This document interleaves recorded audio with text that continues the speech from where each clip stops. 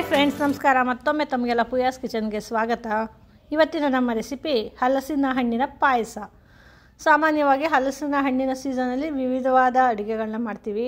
ಅಂಥದ್ದೇ ಒಂದು ವಿಶಿಷ್ಟ ಅಡುಗೆಗಳಲ್ಲಿ ಹಲಸಿನ ಹಣ್ಣಿನ ಪಾಯಸ ಕೂಡ ಒಂದು. ಇದು ತುಂಬಾ ರುಚಿಯಾಗಿರುತ್ತೆ, ಹಾಗೆ ಮಾಡೋದು ಕೂಡ ಅಷ್ಟೇ ತುಂಬಾ ಸುಲಭ. ಹಾಗಿದ್ರೆ ಈ ಹಲಸಿನ ಹಣ್ಣಿನ ಪಾಯಸನ ಮಾಡೋದು ಹೇಗೆ ಅಂತ ನೋಡೋಣ ಬನ್ನಿ.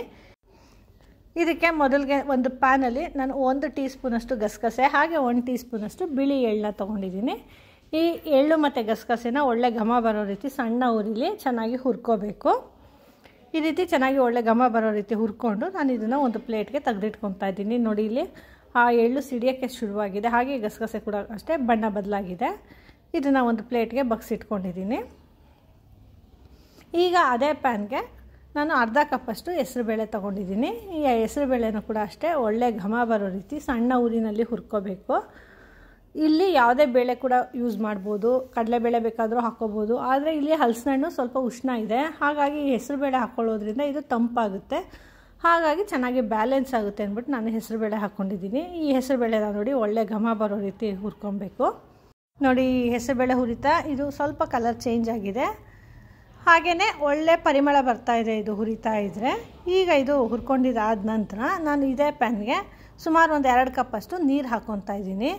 ಇಲ್ಲಿ ಬೇಕಂದರೆ ಹೆಸರುಬೇಳೆನ ತೊಳ್ಕೊಂಡು ಕೂಡ ಹಾಕ್ಕೋಬೋದು, ಆದರೆ ನಾನು ಹಾಗೆ ಡೈರೆಕ್ಟಾಗಿ ಹಾಕ್ಕೊತಾ ಇದ್ದೀನಿ. ಹೀಗೆ ನೀರು ಹಾಕ್ಕೊಂಡು ಇದು ಸ್ವಲ್ಪ ಕುದಿ ಅಂಟಿದ ನಂತರ ಇದನ್ನ ಒಂದು ಲಿಡ್ ಕ್ಲೋಸ್ ಮಾಡಿ ಈ ಹೆಸರುಬೇಳೆ ಬೇಯೋದಕ್ಕೆ ಇಟ್ಕೊತಾ ಇದ್ದೀನಿ. ಈ ಹೆಸರುಬೇಳೆ ಚೆನ್ನಾಗಿ ಬೇಯಲಿ, ಅಷ್ಟೊತ್ತಿಗೆ ಇನ್ನೊಂದು ಪಾತ್ರೆಯಲ್ಲಿ ನಾನು ಒಂದು ಅರ್ಧ ಕಪ್ಪಷ್ಟು ಬೆಲ್ಲನ ಒಂದು 1/4 ಕಪ್ಪಷ್ಟು ನೀರು ಹಾಕ್ಕೊಂಡು ಕರಗಿಸ್ಕೊತಾ ಇದ್ದೀನಿ. ಇಲ್ಲಿ ಬೆಲ್ಲದಲ್ಲಿರೋಂಥ ಕಸ ಏನಾರು ಇದ್ದರೆ ಅದನ್ನ ಸೋಸ್ಕೋಬೇಕಲ್ವ, ಅದಕ್ಕೋಸ್ಕರ ಈ ರೀತಿ ಬೆಲ್ಲನ ಚೆನ್ನಾಗಿ ಕರಗಿಸ್ಕೊತಾ ಇದ್ದೀನಿ. ಈಗ ನೋಡಿ, ಇಲ್ಲಿ ಬೆಲ್ಲ ಸಂಪೂರ್ಣವಾಗಿ ಕರಗಿದೆ. ಈಗ ಇದನ್ನ ಸ್ಟವ್ ಆಫ್ ಮಾಡಿ ಇಟ್ಕೊತಾ ಇದ್ದೀನಿ. ಹಾಗೆ ಈ ಹೆಸರುಬೇಳೆ ಬೇಯೋಕ್ಕೆ ಇಟ್ಕೊಂಡಿದ್ವಲ್ಲ, ಅದು ಕೂಡ ಅಷ್ಟೇ ಚೆನ್ನಾಗಿ ಬೆಂದಿದೆ. ಈ ಹೆಸರುಬೇಳೆ ನೋಡಿ, ಇಲ್ಲಿ ತೆಗೆದು ತೋರಿಸ್ತಾ ಇದ್ದೀನಿ. ಈ ಹೆಸರುಬೇಳೆ ಚೆನ್ನಾಗಿ ಬೆಂದು ಸ್ಮ್ಯಾಶ್ ಆಗೋ ರೀತಿ ಚೆನ್ನಾಗಿ ಬೆಂದಿದೆ. ಹಾಗಾಗಿ ಈ ಹೆಸರುಬೇಳೆಗೆ ನಾನು ಈಗಾಗಲೇ ಕರಗಿಸಿ ಇಟ್ಕೊಂಡಿರೋಂಥ ಬೆಲ್ಲನ ಡೈರೆಕ್ಟಾಗಿ ಇದಕ್ಕೆ ಸೋಸ್ಕೊತಾ ಇದ್ದೀನಿ. ಹೀಗೆ ಈ ಬೆಲ್ಲನ ಸೋಸ್ಕೊಂಡು ಈ ಹೆಸರುಬೇಳೆ ಜೊತೆ ಚೆನ್ನಾಗಿ ಮಿಕ್ಸ್ ಮಾಡಿಕೊಂಡು ಇದೆರಡು ಕುದಿಯೋದಕ್ಕೆ ಬಿಡೋಣ. ಇದು ಸ್ವಲ್ಪ ಚೆನ್ನಾಗಿ ಹೊಂದ್ಕೊಳ್ಳಿ, ಅಷ್ಟೊತ್ತಿಗೆ ಇದಕ್ಕೆ ಬೇಕಿರೋಂಥ ಹಲಸಿನ ಹಣ್ಣಿನ ಮಿಶ್ರಣನ ರುಬ್ಕೊಳ್ಳೋಣ. ಇಲ್ಲಿ ನಾನು 1 ಕಪ್ಪಷ್ಟು ಹಲಸಿನ ಹಣ್ಣು ತೊಗೊಂಡಿದ್ದೀನಿ. ಈ ಹಲಸಿನ ಹಣ್ಣನ್ನ ಬೀಜ ತೆಗೆದು ತೊಳೆಗಳನ್ನ ಈ ರೀತಿ ಸುಲಿದು 1 ಕಪ್ ಆಗೋಷ್ಟು ಅಳತೆ ಮಾಡಿ ಇಟ್ಕೊಂಡಿದ್ದೀನಿ. ಈಗ ಇದಕ್ಕೆ 2 ಟೇಬಲ್ ಸ್ಪೂನಷ್ಟು ಒಣ ಕೊಬ್ಬರಿ ಹಾಗೆ ಹುರಿದಿಟ್ಕೊಂಡಿರೋಂಥ ಎಳ್ಳು ಮತ್ತು ಗಸಗಸೆನ ಕೂಡ ಹಾಕ್ಕೊಂಡಿದ್ದೀನಿ. ಇದಕ್ಕೆ ರುಬ್ಕೊಳ್ಳೋದಕ್ಕೆ ಬೇಕು ಅಂದರೆ ನೀರು ಹಾಕ್ಕೋಬೋದು, ಅಥವಾ ಹಾಗೆ ಕೂಡ ರುಬ್ಕೋಬೋದು. ಈಗ ನಾನು ಸ್ವಲ್ಪ ನೀರು ಹಾಕ್ಕೊಂಡು ಈ ರೀತಿ ನುಣ್ಣಗೆ ರುಬ್ಕೊಂಡಿದ್ದೀನಿ. ಈಗ ಈ ರುಬ್ಕೊಂಡಿರೋಂಥ ಮಿಶ್ರಣನ ಈ ಹೆಸರುಬೇಳೆ ಮತ್ತು ಬೆಲ್ಲದ ಮಿಶ್ರಣಕ್ಕೆ ಹಾಕ್ಕೊತಾ ಇದ್ದೀನಿ. ಹೀಗೆ ಈ ಎಲ್ಲ ಮಿಶ್ರಣವನ್ನು ಹಾಕ್ಕೊಂಡು ನಂತರ ಈ ಮಿಕ್ಸಿ ಜಾರ್ಗೆ ಸ್ವಲ್ಪ ನೀರು ಹಾಕ್ಕೊಂಡು ಇದಕ್ಕೆ ಹಾಕ್ಕೊತಾ ಇದ್ದೀನಿ. ಈಗ ಈ ಎಲ್ಲ ಹೊಂದ್ಕೊಳ್ಳೋ ರೀತಿ ಚೆನ್ನಾಗಿ ಮಿಕ್ಸ್ ಮಾಡ್ಕೋಬೇಕು. ಮಿಕ್ಸ್ ಮಾಡಿಕೊಂಡು ಸ್ವಲ್ಪ ಇದನ್ನು ಕುದಿಯೋದಕ್ಕೆ ಬಿಡೋಣ. ಇದು ಸ್ವಲ್ಪ ಕುದಿಲಿ, ಅಷ್ಟೊತ್ತಿಗೆ ಇದಕ್ಕೆ ಒಂದು 1/4 ಟೀ ಸ್ಪೂನಷ್ಟು ಏಲಕ್ಕಿ ಕೂಡ ಹಾಕ್ಕೊಂಡಿದ್ದೀನಿ.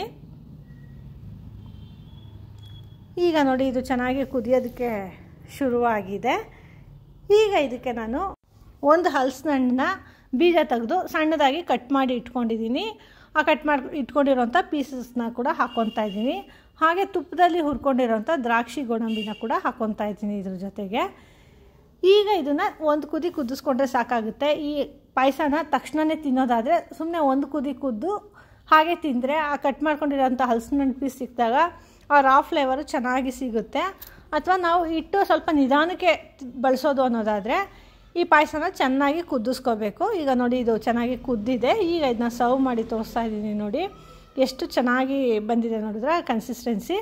ಇದಕ್ಕೆ ಬೇಕಂದರೆ ಸ್ವಲ್ಪ ಇನ್ನೂ ತೆಳುವಾಗಿ ಕೂಡ ಮಾಡ್ಕೋಬೋದು, ಇನ್ನು ಸ್ವಲ್ಪ ನೀರು ಹಾಕ್ಕೊಂಡು, ಅಥವಾ ಈ ರೀತಿ ಗಟ್ಟಿಯಾಗಿ ತಿನ್ನೋದು ಕೂಡ ಚೆನ್ನಾಗಿರುತ್ತೆ. ನೋಡಿದ್ರೆ ರುಚಿಕರವಾದಂಥ ಹಲಸಿನ ಹಣ್ಣಿನ ಪಾಯಸ ಮಾಡೋದು ಎಷ್ಟು ಸುಲಭ ಅಲ್ವಾ? ಈ ಹಲಸಿನ ಹಣ್ಣಿನ ಸೀಸನಲ್ಲಿ ತಪ್ಪದೆ ಖಂಡಿತ ನೀವು ಕೂಡ ಈ ರೆಸಿಪಿನ ಟ್ರೈ ಮಾಡಿ. ತುಂಬಾ ಡಿಫ್ರೆಂಟ್ ಆಗಿರುತ್ತೆ. ಹಾಗೆ ಈ ಸೀಸನಲ್ ಸ್ಪೆಷಲಲ್ಲಿ ಈ ರೀತಿ ಪಾಯಸ ಎಲ್ಲ ಮಾಡ್ಕೊಂಡು ತಿನ್ನೋದಕ್ಕಂತೂ ತುಂಬಾ ಚೆನ್ನಾಗಿರುತ್ತೆ. ಈ ರೆಸಿಪಿ ನಿಮಗೆ ಇಷ್ಟ ಆಯಿತಾ? ಹಾಗಿದ್ರೆ ಖಂಡಿತ ಟ್ರೈ ಮಾಡಿ, ಹೇಗೆ ಬಂತು ಅಂತ ನಮಗೆ ಫೀಡ್ಬ್ಯಾಕ್ ಕೊಡಿ. ಹಾಗೆ ಇಂಥ ಇನ್ನೂ ಹೆಚ್ಚು ವೀಡಿಯೋಸ್ಗಳಿಗಾಗಿ ನಮ್ಮ ಪೂಯಾಸ್ ಕಿಚನ್ನ ಲೈಕ್ ಮಾಡಿ, ಶೇರ್ ಮಾಡಿ, ಹಾಗೆ ಸಬ್ಸ್ಕ್ರೈಬ್ ಮಾಡಿ. ಧನ್ಯವಾದಗಳು.